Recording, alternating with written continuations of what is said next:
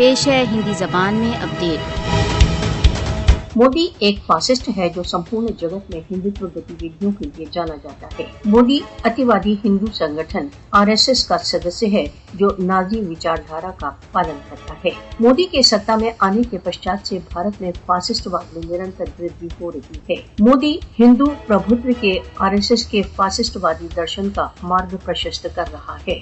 मोदी के शासन में आरएसएस समर्थित हिंदुत्व विचारधारा भारतीय राजनीति में महत्वपूर्ण हो गई है।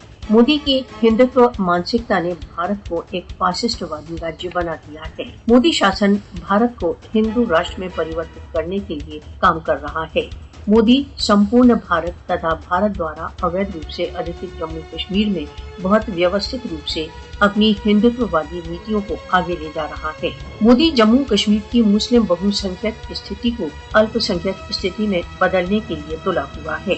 मोदी के शासन में संपूर्ण भारत में मुसलमानों के विरुद्ध घृणा अपराध अपनी चरम पराकाष्ठा पर पहुंच गए हैं।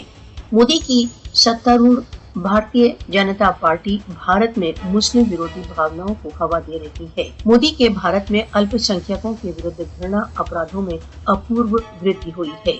मोदी की अतिवादी हिंदू नीतियां मानवीयता के लिए एक चुनौती हैं। मोदी इतिहास में मुसलमानों के हत्यारे के रूप में याद किया जाएगा। मोदी के फासिस्टवाद के न केवल दक्षिण एशिया वरन संपूर्ण विश्व में बहुत गंभीर प्रभाव हैं। अंतर्राष्ट्रीय समुदाय को मोदी की फासिस्टवादी विचारधारा से निपटने के लिए एकजुट होकर आगे आना चाहिए।